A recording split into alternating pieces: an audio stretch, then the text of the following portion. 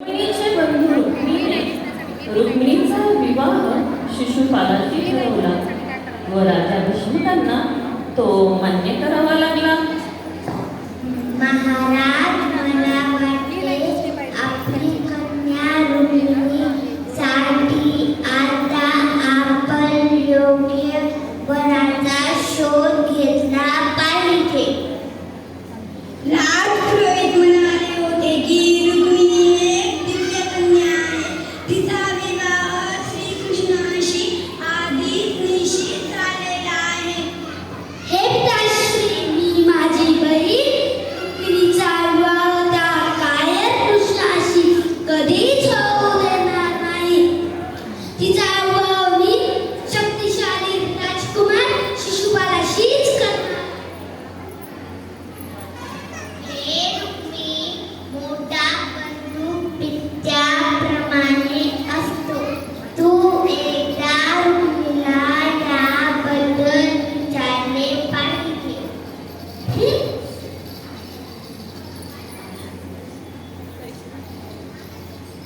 प्रिय रुक्मिणी, मी तुझा विवाह शिशुपालाशी ठरवला आहे. तू शूर आहे, तो माझा मित्र आहे.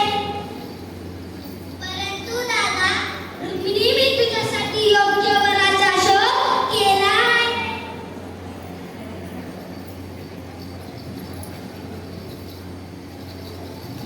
हे प्रिय सखी, मी केवळ श्यामसुंदरांना माझा पती म्हणून स्वीकार करणार, इतर कुणालाही नाही.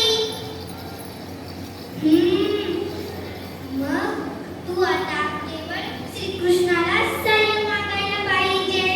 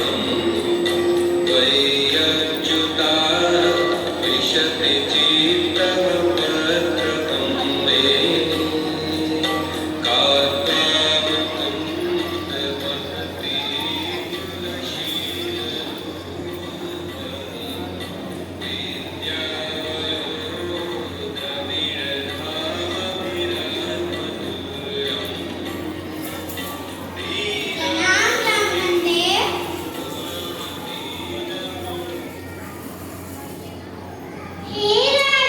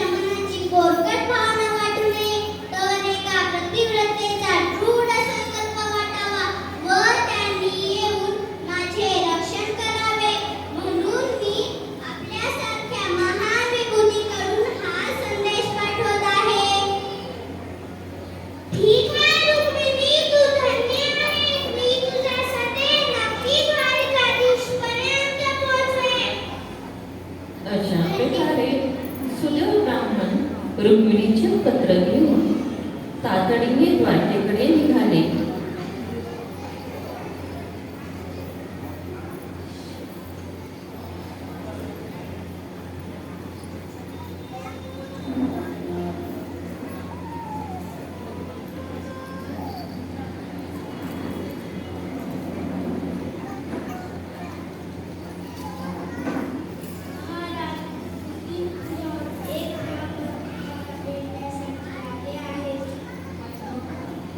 ठीक आहे, त्यांना आत घेऊन या. प्रणाम ब्राह्मण देवता, तुमचे द्वारकेत स्वागत आहे. द्वारकाधीश कृष्ण आहे. पत्र तुम्हाला भीष्मक कन्या रुक्मिणीने पाठवले आहे. कृपया यांचा स्वीकार करावा.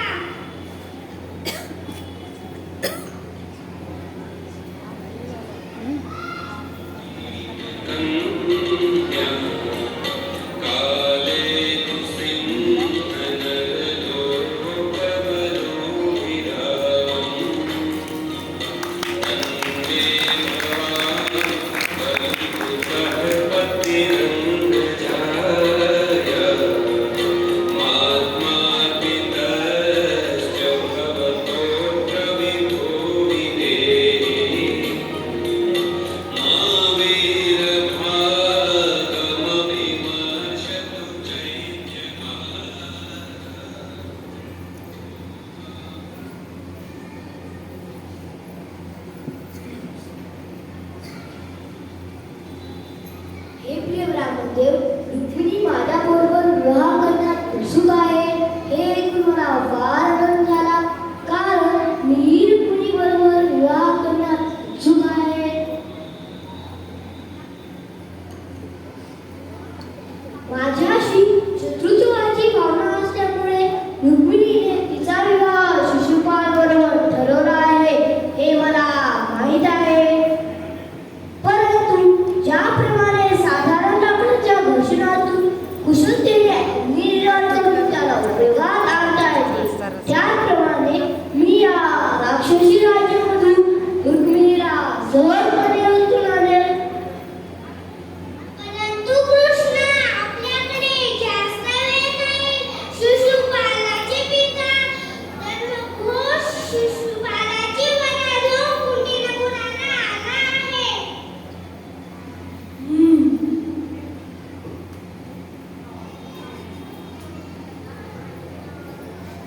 हे सारथी, त्वरित माझा रथ तयार करा. आपल्याला विदर्भ देशाला जायचे आहे. अशा प्रकारे रुक्मिणीची आर्त प्रार्थना वाचून कृष्ण लगेचच ब्राह्मणाला घेऊन रुक्मिणीच्या सह्यासाठी निघतात. व जेव्हा ही वार्ता बलरामजींना समजते तेव्हा ते खूप क्रोधित होतात.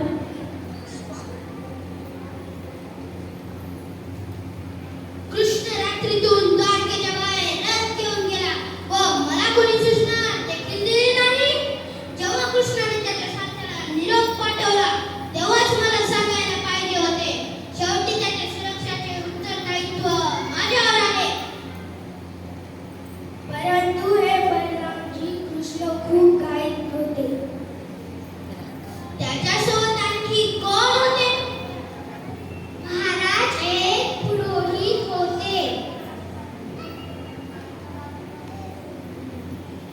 कोणत्या कोणत्या कारणासाठी पुरोहित कृष्णाला एवढ्या तातडीने त्यांच्यासोबत घेऊन गेला? बलरामजींना कृष्णाच्या कुंडीपुराला जाण्याबद्दल जेव्हा समजते तेव्हा ते सैन्य घेऊन कृष्णाच्या मदतीला लगेचच वेगाने निघतात. रस्त्यामध्ये दोघा भावांची भेट होते. हे कृष्ण, तू कोणत्याही सेनेवर सोबत न घेता तू एकटा कसा निघाला? मला माहित आहे राहू, तुम्ही आता संरक्षणासाठी नेहमी तयार असतात. हे कृष्ण, तू फार न सांगतोची कार्य का करतो? अशा प्रकारे दोघे भाऊ विदर्भाकडे निघतात. इकडे भीष्मक राजा आपली कन्या रुक्मिणीच्या विवाहात फार प्रसन्न नव्हते. तरी सुद्धा ते लग्नाच्या तयारीत यज्ञ, दान नगर सजावट इत्यादी कार्ये उत्साहात करत होते. जेव्हा त्यांना समजले की कृष्ण व बलराम कुंडीपुरात आले आहेत, तेव्हा ते स्वतः त्यांच्या स्वागतासाठी गेले.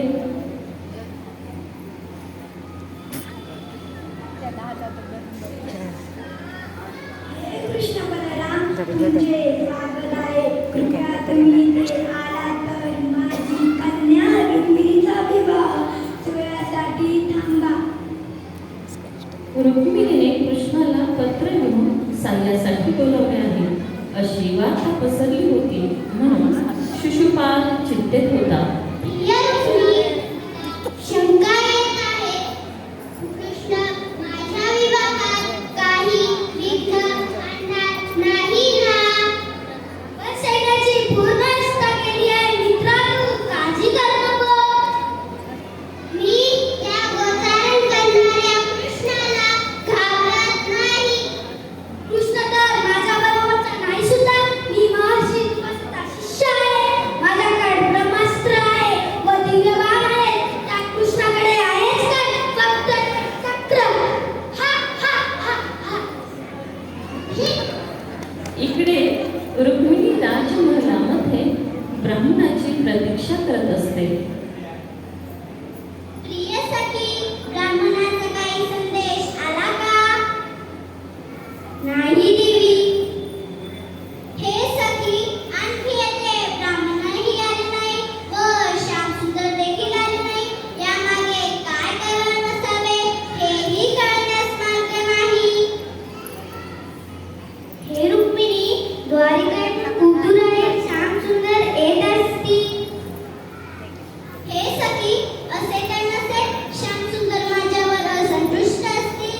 नाहीतर मी पाठवलेला संदेश त्यांनी तो स्वीकार केला नसेल. त्यामुळे निराश होऊन ब्राह्मणाने माझ्याकडे येण्याचे टाळले असेल. हे रुक्मिणी, तू व्यर्थ चिंता करत आहेस. मी ऐकले आहे जे हृदयापासून श्रीकृष्णाला सहाय्यता मागतात त्यावेळी ते श्रीकृष्ण त्यांची सहाय्यता करतात. मग काय, ब्रह्मादी देवता वा दुर्गा देवी माझ्यावर संतुष्ट असतील. त्या शिवाला रुद्र आणि त्याच्या पत्नीला रुद्राणी म्हणतात. ते दुसऱ्यांना संकटात टाकून कायम लढवतात. मग रुक्मिणी दुर्गा देवीचे गिरिजेच्या रूपात चिंतन करू लागली. परंतु तिच्या मनात विचार आला, गिरिजा हिमालयाची पुत्री असल्याने तीही कठोर हृदयाची व थंड मनाची आहे. तिला आपल्या भावना कुठून कळणार? हे सखी, बघ, मला शिक्षक दिसत आहे. माझी डावी भुजा उडू लागली आहे. हे रुक्मिणी, बघ, ब्राह्मण येत आहे. खरंच? प्रणाम ब्राह्मण देव. हे ब्राह्मण देवता, कृष्णाला माझा संदेश पोहोचला का? त्यांनी तो स्वीकार केला का? ही रुक्मिणी, कृष्ण माझ्यासोबत आले आहेत. तसे तुझे वदन करण्याचे वचनही त्यांनी दिले आहे. हे ब्राह्मण देव, मी आपली ऋणी आहे. अशा प्रकारे कृष्ण व बलराम कुंडीपुराला आले आहेत ही वार्ता सगळीकडे पोहोचली.